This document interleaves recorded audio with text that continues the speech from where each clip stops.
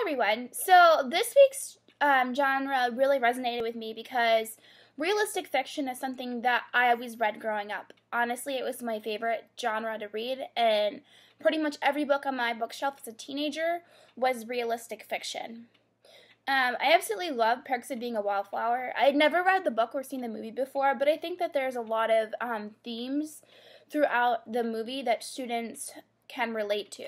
I think this would be a great movie that could be shown in health class when discussing mental health. I'm pretty sure they discuss mental health in health class, and so I think this would be a good movie to show there. And I think it's something that both guys and girls can relate to. And I like that the main character is a guy that's going through some of these issues having to do with his mental health. Because a lot of time we see a lot of the main characters be girls. So it's important that guys know that, they're not alone as well.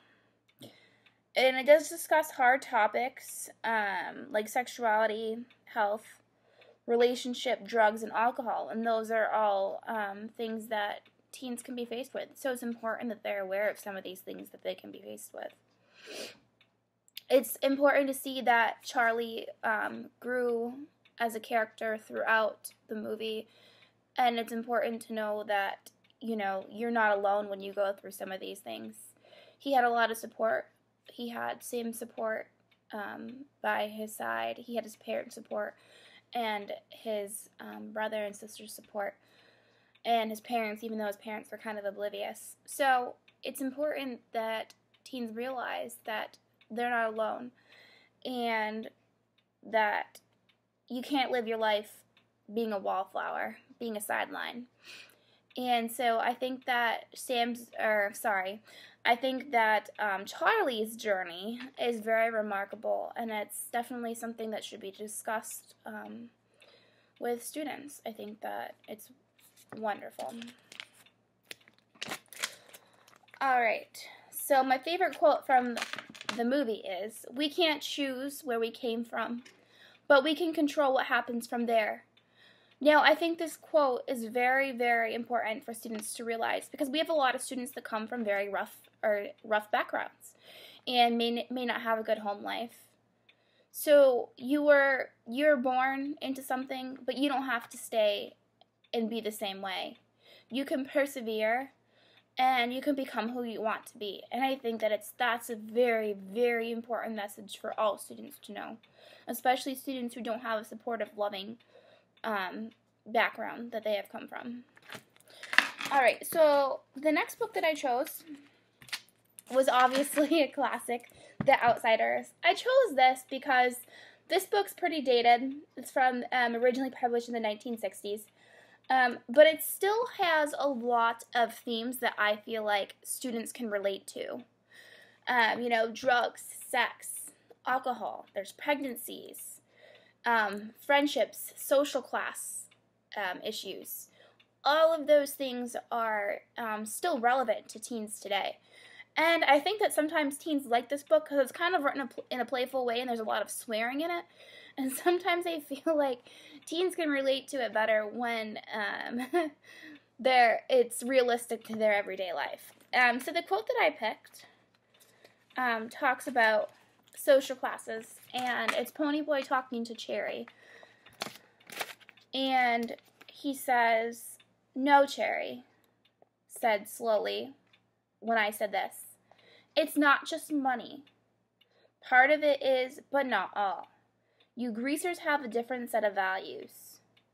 You're more emotional. We're sophisticated. Cool to the point of not feeling anything." So I think it's important to understand that social class just isn't about money either.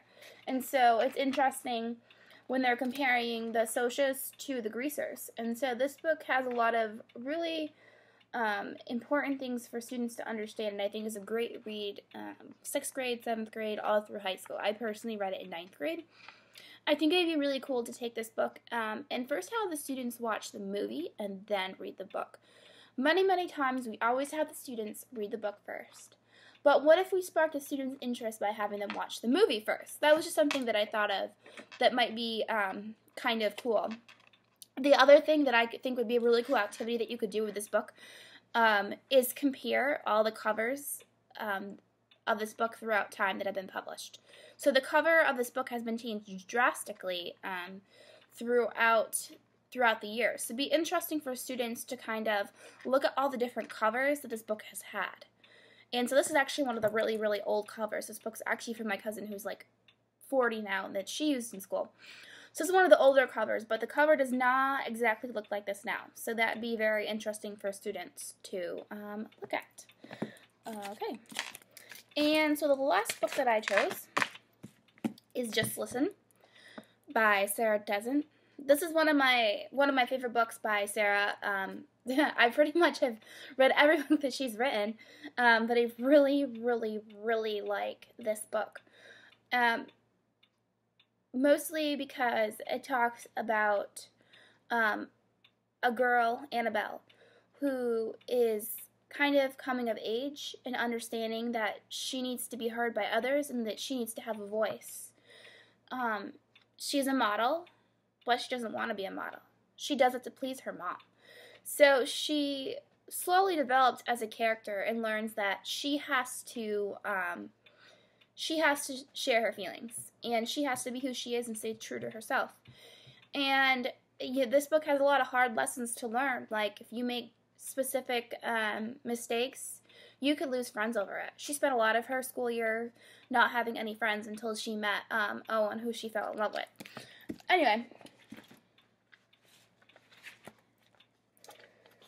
so the quote that I chose is when Sophie's talking about her mom. I'm sorry, not Sophie. When Annabelle is talking about her mom, Sophie's her best friend, and she says, "She's just acting so weird, and I have no idea what happened." So Annabelle's saying this in reference to her mom, that her mom doesn't understand why or how she lost all of her friends. But Annabelle also hasn't taken the initiative to explain why she has lost all of her friends. So this goes to show that there's a lack of communication between parent and teen. And I think that that's something that students can relate to. I don't think that students share everything with their parents. I apologize for the clock dinging in the background. So I think that that's a really important quote. I think that this book would be more something that I think girls would like. I don't necessarily think there is a lot that a guy could relate to in this book, generally speaking, but I think this is a book that could be used in a literature circle, and definitely something that I think a lot of students would really resonate with and really, really enjoy reading. So while I was reading this week, I was thinking about the most compelling quote that I read from the articles in the textbook, and that would be little relevance to their lives. Tend to be inattentive, disengaged, and uncommitted. And this is from the Text Complexity article by Marcy Glass. And that shows, I think, that this genre, realistic fiction, is very easy for them to relate to and very easy for them to be engaged in. So I think that that's why sometimes this genre can be so popular amongst students.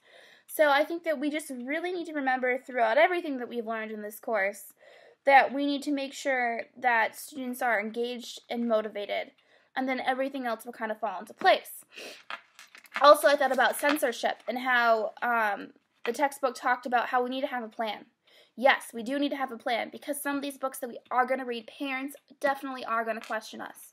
And so we need to have a plan, but also we need to inform parents ahead of time and just keep them in the loop of what we're reading. Part of it, I think, is a lack of communication sometimes, and parents are caught off guard. So parents need to know what we're reading so that they can also provide support at home. Maybe have some, conversations around the dinner table about some of the topics that are being discussed in class. So we really need to make sure that we know what the protocol is as teachers, and when our books are questioned, and we need to really try to diffuse situations as quickly as possible.